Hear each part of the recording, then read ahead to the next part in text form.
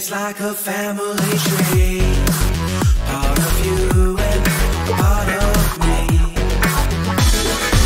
And if we should separate, go your own way, I won't wait.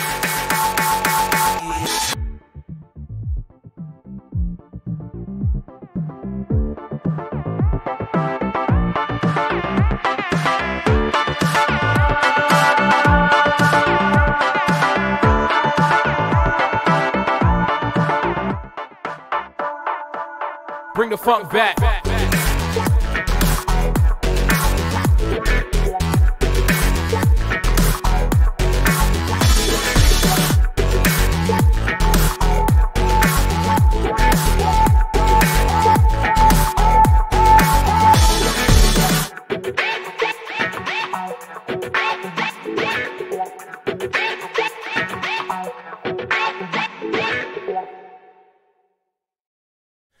Alors, bonjour, j'espère que vous allez bien. Je sais que je suis un gars plein de promesses, mais je vous avais dit, avec l'apparition du 19e siècle, que les dossiers seraient plus étoffés, plus élaborés, plus détaillés et par conséquent plus intéressants aussi. Mais, comme vous le savez probablement, dans plusieurs domaines, il y a l'exception qui confirme la règle. Alors, c'est sûr qu'on va croiser encore des dossiers, comme c'est le cas aujourd'hui, qui sont assez peu détaillés, mais qui méritent, je pense, ça me fait penser un peu aux bébés là, qui ont été victimes de néonaticides. Bon, on a souvent très peu de détails quand on remonte dans le temps, mais je pense que ça mérite d'être souligné pour dire, bon, ben, c'est sûr que c'est des cas qu'on ne peut pas résoudre avec le temps. S'il n'y a pas eu de documentation, ben on dépend de la documentation qui a été conservée, évidemment, ou qui a été créée.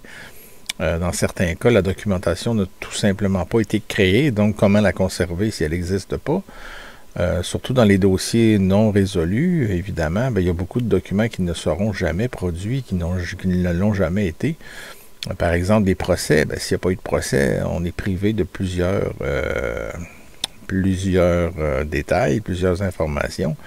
C'est le cas aussi des dossiers de police. Là, on n'est même pas encore à l'époque où les dossiers de police étaient conservés. Même au début du 19e siècle, il y a bien des forces policières qui n'existaient pas encore dans les villes. Donc voilà, ça fait beaucoup de documentation qui n'existe tout simplement pas. Donc on ne peut pas reprocher aux archives nationales de ne rien conserver ou d'avoir été détruit. Et ça existe tout simplement pas. Donc, on fait avec, comme on dit.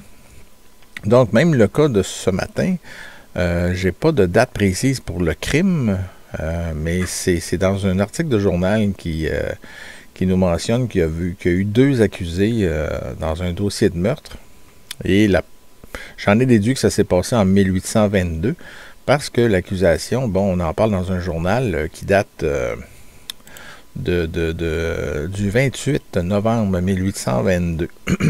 Alors, la seule mention qu'il y a, c'est écrit « William Clark et James Gamm, homicide, 6 mois de prison, et marqué le 20 décembre. » Donc, on en déduit que, bon, ils ont été reconnus coupables d'homicide parce qu'il y a une sentence. Donc, ils ont été reconnus coupables dans un premier temps et reçu une sentence de 6 mois de prison. Donc, 6 mois de prison, j'imagine que le crime n'était pas prémédité ou pas dans les plus graves, mais quand même 6 mois de prison pour homicide, à cette époque-là, c'est quand même étonnant. Et quand on lit marqué le 20 décembre, ben là j'en déduis, là, c'est moi qui en déduis ça personnellement. Mais je pense que c'était marqué au fer rouge à cette époque-là, donc le 20 décembre. Alors, on sait par contre que c'est bon.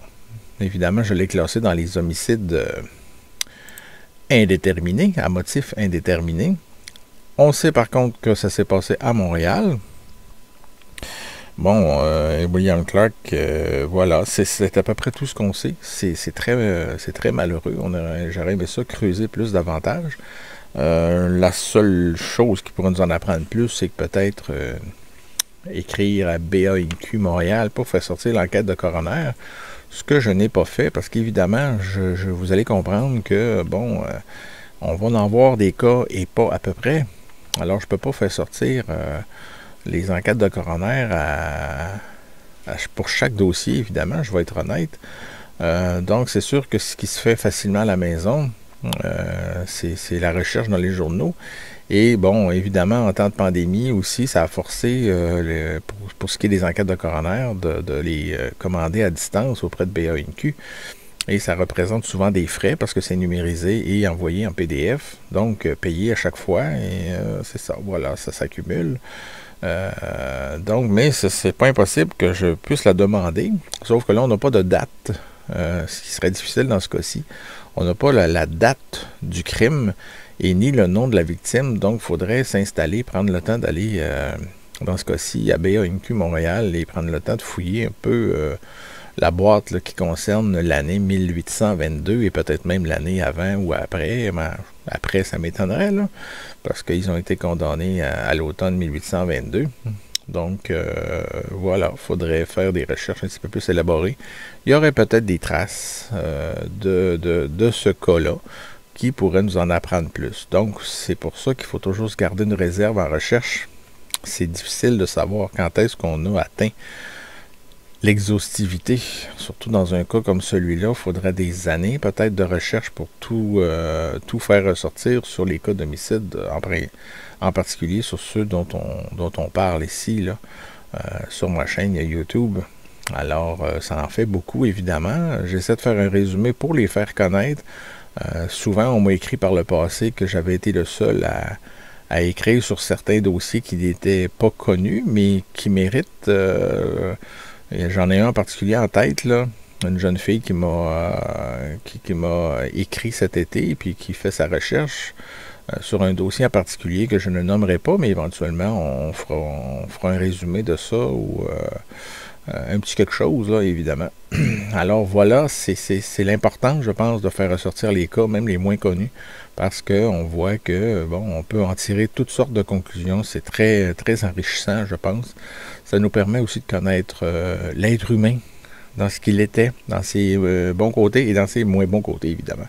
C'est sûr qu'en criminalité, c'est souvent les moins bons côtés qu'on voit. Alors, sur ce, bonne journée. Au revoir.